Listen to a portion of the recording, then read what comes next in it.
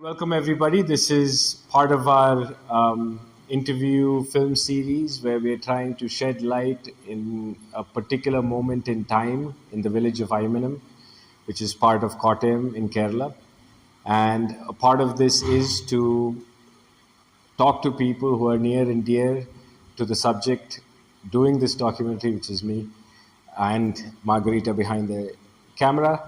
And we hope to showcase some of these perspectives and capture this moment in time. And as part of today's interview, we have, coincidentally, he is my father.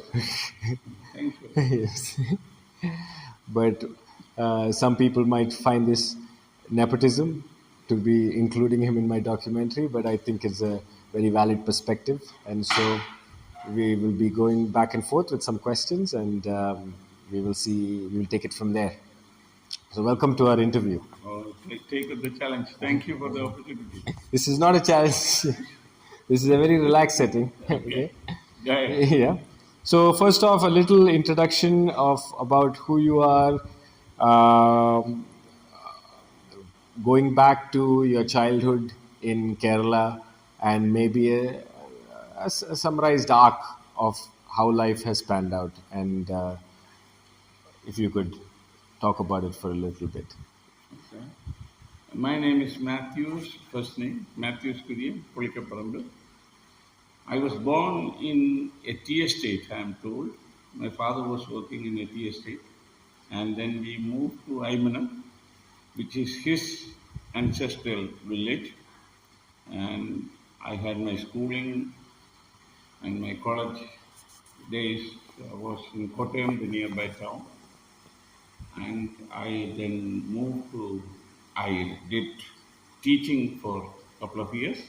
Then I moved to Saudi Arabia for earning my living. I met my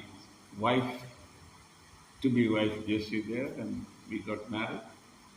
And we spent almost 30 years in Saudi Arabia.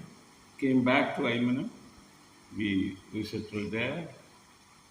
We are proud to be there.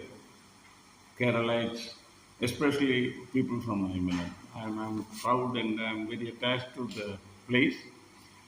We had opportunities to migrate to various countries, but we didn't. We chose to stay in Aymanam, and we always wanted to be in Aymanam for the rest of our life. That is how it is, you can explain to you. Right. And when we talk about your childhood, what are some more aspects of childhood, maybe growing up in a tea estate and then growing up in Aymanam? Can you shed some more light on that? Being in a tea estate is only during the holidays, school holidays. So we always looked up to it, looked forward to it, because it was all enjoyment, all play, and no job. But back to Aymanam, we had to go to school. But those days, I think school days even was enjoyment.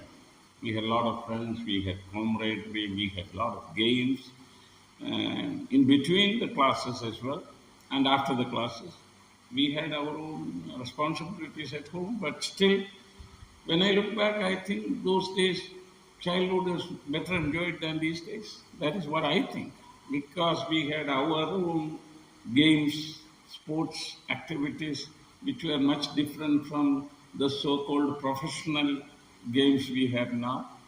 Right. I think that was very intense, very intimate. Friendship was much more valued. And we had quality time most of the time, which I know now that it was quality time. Those days we thought that, it could be better to be in a better environment. But now I think those days were far better than what I am today. Yeah. Okay. And when we say you had friends, and how was the community like back then? Was it? Can we say something about how the community and the people were? Was it people from one community, or was it predominantly one community, or what was it like in your childhood in Aymanam? I think it was a sort of mix of all communities. They were rich, they were poor, they were all from all religious sects, different social backgrounds. Something which comes to my mind straight away is someone whom I walked with to school almost every day, in the morning and evening. The first letter I got was from that person who sends me a letter. He wanted to have a letter received from the post office.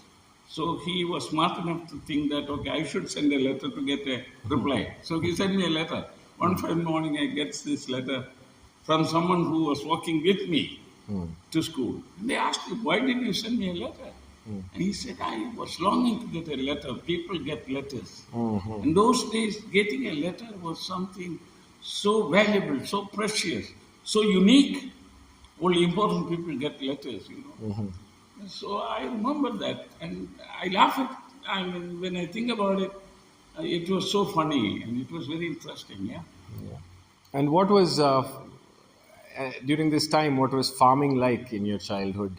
Was the family our family or your family directly involved in farming, or were the neighbors involved in farming? What role did farming play in the life of people at this time? I think it played a vital role, even though we never probably acknowledged and recognized it at that time. Farming was a sort of combined effort. Everyone was involved. Say, for example, we had cow in our house.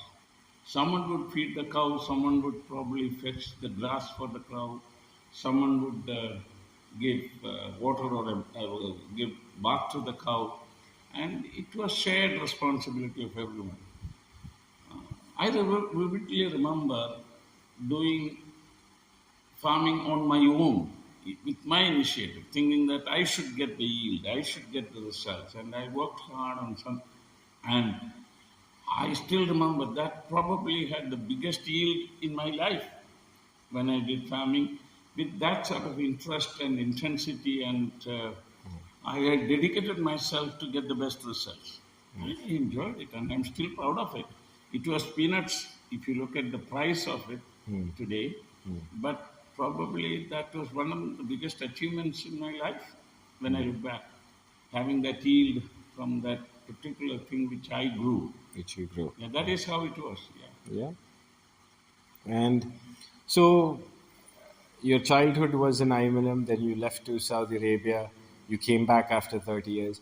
What are the changes you've seen in Aymanam, in Kottayam, and in Kerala over this period?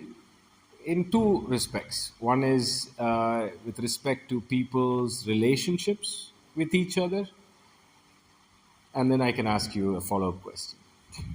Relationship, I would say it has gone from bad to worse. Let me put it that way. Those days were the golden days, and I am almost sure that it will never come back.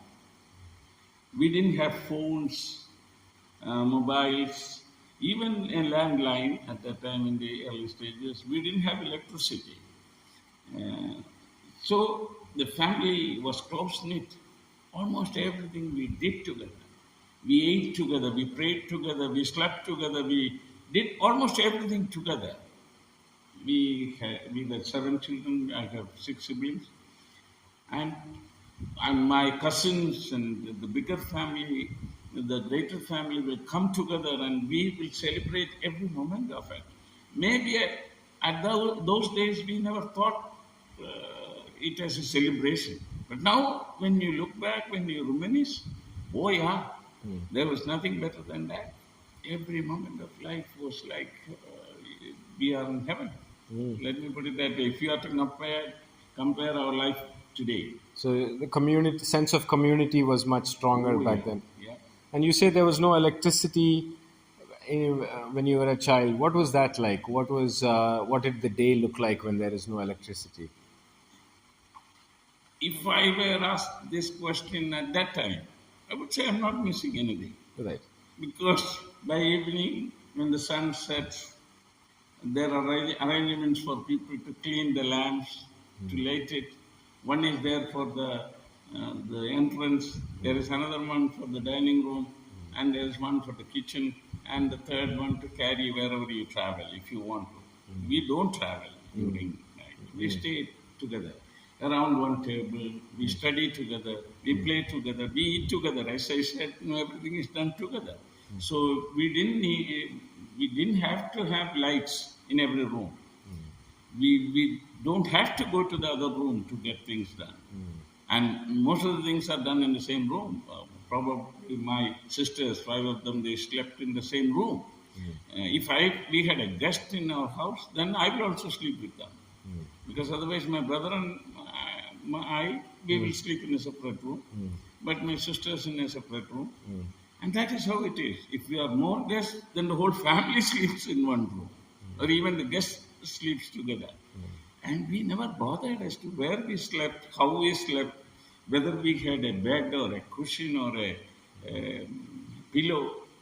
That was none of, we never thought about it. We never bothered about it because we didn't have the privilege to have it. Let me put it that way. That could be one of the reasons, yeah. Yeah. And that's fantastic. So we talked about how the community has changed. How has nature changed? How has the weather changed from your childhood to now?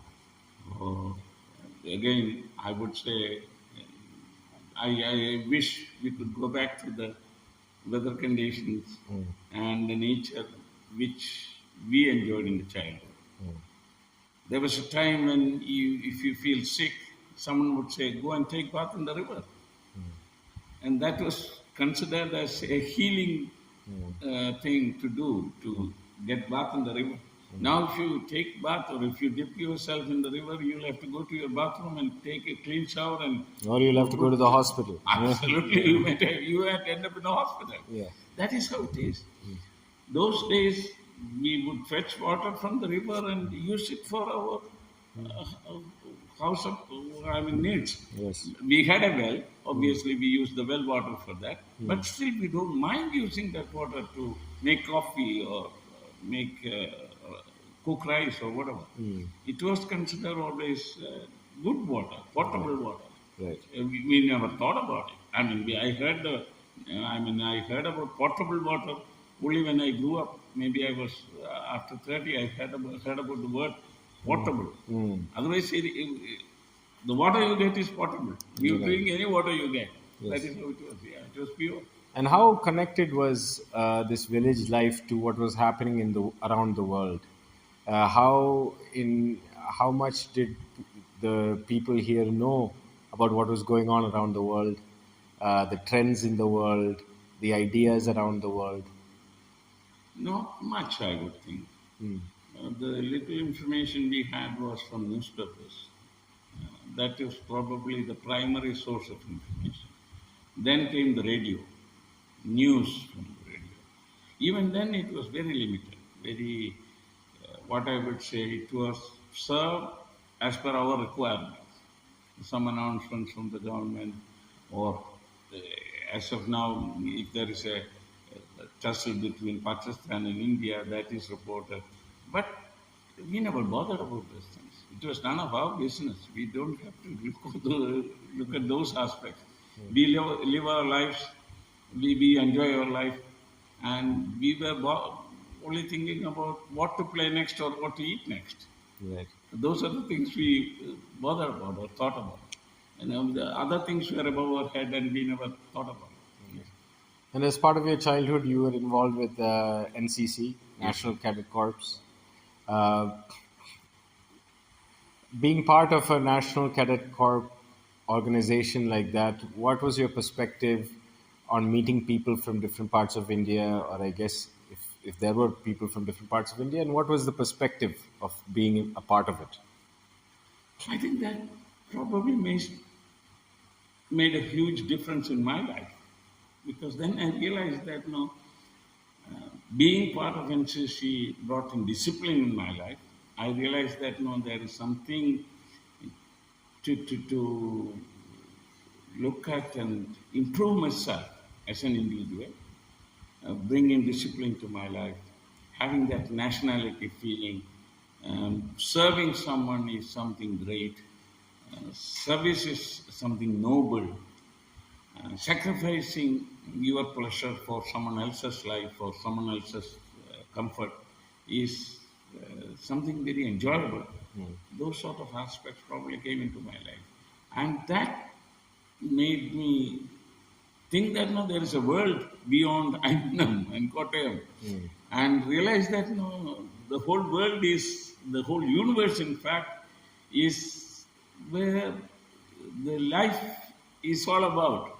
I'm in a well when I'm at Aymanam, but that well was very good enough for me. But when I moved around, I realized that no, there is a huge lake or even an ocean around us, which we should explore and understand and probably uh, hold dear to, so that no everyone can live and have that comfort zone together. And probably to add to that, when I went to Saudi Arabia, that became international. I have a lot of Pakistani friends whom I am still in touch with. Yes. They are very intimate. They are like my brothers and sisters to me. When I talk to them and I get chat with them, I feel so connected, and I feel like talking to my own family. That is how it is. Yeah. Yeah. Okay. And so that was a part of your childhood. At the time, was there a lot of migration outside Kerala? Were people leaving Kerala to places abroad or outside Kerala in India itself for employment? Oh yes, Yeah. maybe lack of sufficient employment opportunities in Kerala, and probably better prospectus. You go Better abroad, pay. you are better paid, and you get more earnings. Maybe the opportunity was better to earn. In Kerala, you might have more opportunities to spend. There are a lot of aspects to it. If you ask me, you cannot single out the reason why there was migration, but it was considered to be something better than being here. Let me put it that way. It was a sort of status symbol also. If you are So just like now, just like how now everybody, all the youth is trying to leave and they're talking about outside, just like then back then there was this feeling that going abroad was important. maybe we started that trend uh, before the the generation before us. I Start. don't think they consider this as a good thing to go abroad. Even we were discouraged from going abroad. We thought that no, people who didn't have the means to live here, they Okay. are the people who migrate. But our outlook was slightly different, maybe our generations. Maybe brother started it in our family, I would think. My elder brother, yeah. Yes. Okay. And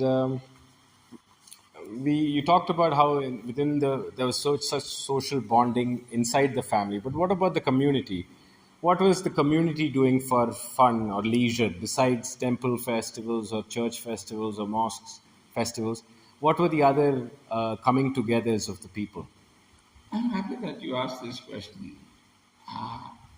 I don't know whether it is only for Aymanam, but for Aymanam I can vouch that any child from Aymanam belong to Aymanam. It is the responsibility of the whole village to grow that child.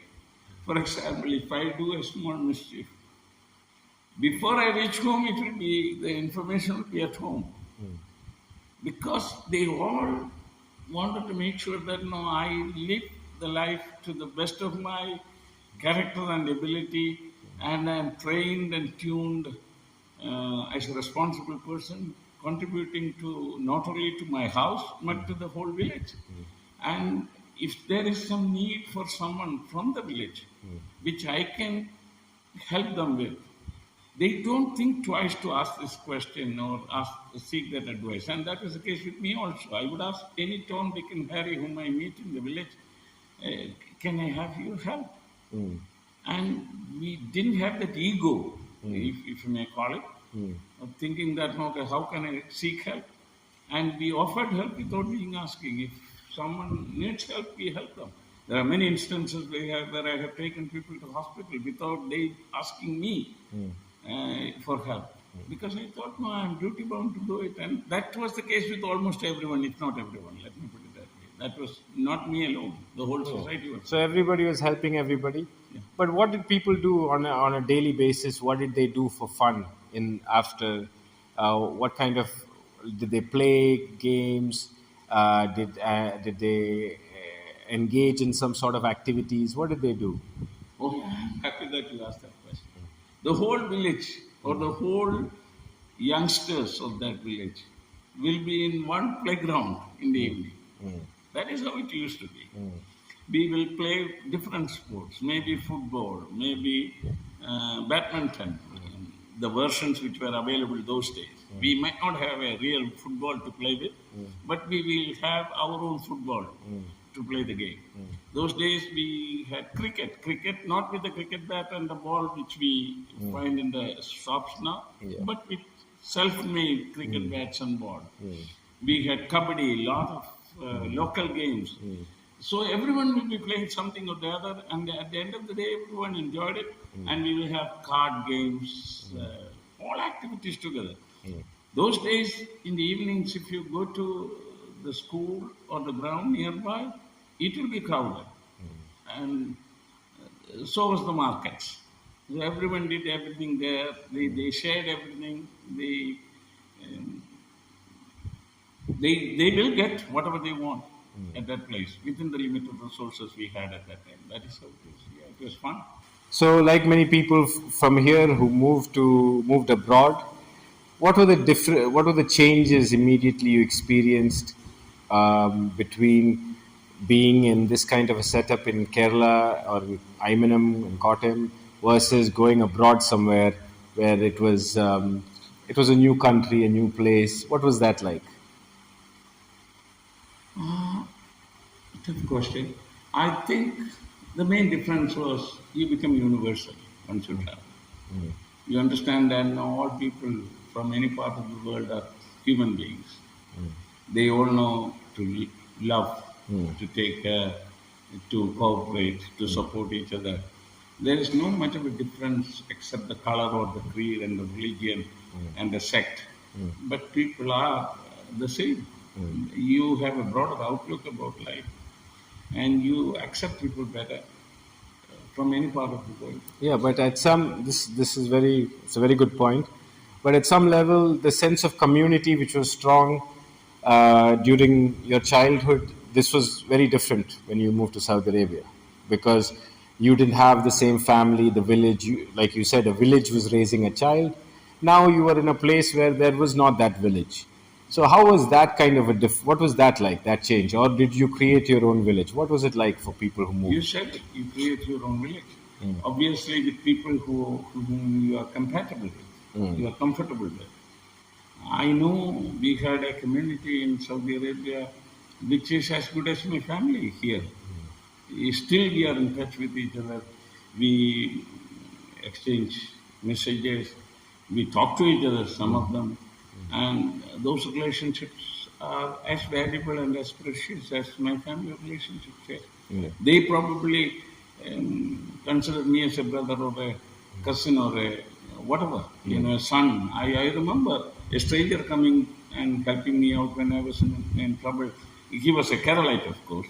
He had that consideration that I am from Kerala. When I had a real difficulty, he came over without being asked by me, but he came to know from someone else that someone from Kerala wanted help, and he came over and helped me. I will never forget that. And that was the Wonderful. situation everywhere, wherever I went, I think. Maybe I Wonderful. was lucky. Yes. So we're going to come to the winding up stage of some of these questions. We talked about the changes in the village that you have seen in terms of relationships, in terms of nature. We touched upon it. Um, we talked about the transition from community to a foreign country. Um, do you think, and it is very clear that maybe village culture and environment has changed negatively Yeah, oh, most of it. during this time? What are some positives we can talk about during this time, over this 30, 40 years? What are some positive changes you can say about this region, and in terms of relationships and community, and in terms of nature and environment? I would say life has become easier because of the infrastructural development, the technological development, the improvement in communication, in transportation, in facilitating. You sit at home and you get whatever you want. Those days that was not possible to us. We wouldn't even dream about it. Now we can have almost all the information on your fingertips. You have a mobile, you want all the information you want. even though I'm not that good at it. Mm. But that facility is there. Mm. That is definitely a positive thing. Technology has changed our lives, but maybe it has taken over the human values a lot more than what it should have. That probably is the negative side of it. I can live on my own without anyone's support, provided I have the cash to Mm. handle it. I don't need that human relationship anymore if I want to be alone. Those days it was almost impossible. It is unthinkable. Let me put it that way. It was To not be alone. impossible, probably unthinkable. No one would even think about it, dream about it. That is how it is. Now it is possible, and that is not for the better, I would say. Those technological developments here. Yes. And you, as part of your time abroad, you have traveled to different parts of the world. Is there anything that you can highlight that you wish you saw in Aymanam, that you saw around the world? Oh yeah. Yeah. What would you? What would? The rivers, the canals, the paddy fields, the small mountains or hills. These are things you would wish you saw in other countries that were from Aymanam. My question is, what would you like to see in Aymanam that you saw in other places? And it doesn't have to be physical; it can be non-physical also. I think punctuality is probably, if I am to pinpoint one, Mm. value of time. Mm. I don't think in during my days I will be able to see that in Ireland. People don't mind coming 10 minutes late. It's no offense at all. Mm. And they don't mind skipping an appointment after giving one. Mm. They think that it is acceptable. Yeah, I had something else to do, so I could not turn up. I'm not even apologizing for what I have done. So that sense of responsibility, a sense of discipline, maybe NCC taught me a lot, or give me a sort of edge over my own people from Aymanam. I have got that sense of responsibility. That's what I think I have. If I commit to do something within a time limit, I try my level best to complete it. Others would as well say, okay, I could not finish it, and that's it. That approach and attitude towards taking up responsibilities and fulfilling them, having time management and things like that, discipline in life. That I think, if Aymanam had it, it would have been a dream world. Yes. Wonderful. And to slowly winding up, what do you dream of for yourself in the future? What do you dream of for Aymanam uh, and for the people in this land, if you could say so? The toughest one to answer. The first part is easy for me. My dream is to live happily forever. As long as I Is live. to live happily forever. Not ever. As long as I live. As long as I live. Yes. Healthy, contented, uh, sharing happiness and giving happiness to others. Helping people if I can. At least not bother them. That is my dream about my For yourself. Yes. for myself. For Aymanam, Mm. I wish that people were more close to each other. I mean, this is no one can stop me from dreaming. Those days of intense relationships, valuing each other's friendship and relationship and camaraderie, those things, helping each other. I don't know whether it will ever come back, but that is something which I wish I could see in Aymanam. And my dream about Aymanam, I think Aymanam never has realized 10% of its potentials. I think Aymanam is a wonderful place. When I have traveled all over the world, I realized that Aymanam is a tourist destination for any man or anywhere in the world. For instance, I traveled to Amsterdam and I was reading about the green valleys and the pastures of Amsterdam. And I asked them, where are those green pastures? And they said, this is what you see, the green pastures of Netherlands. And the paddy field behind my house, Mm.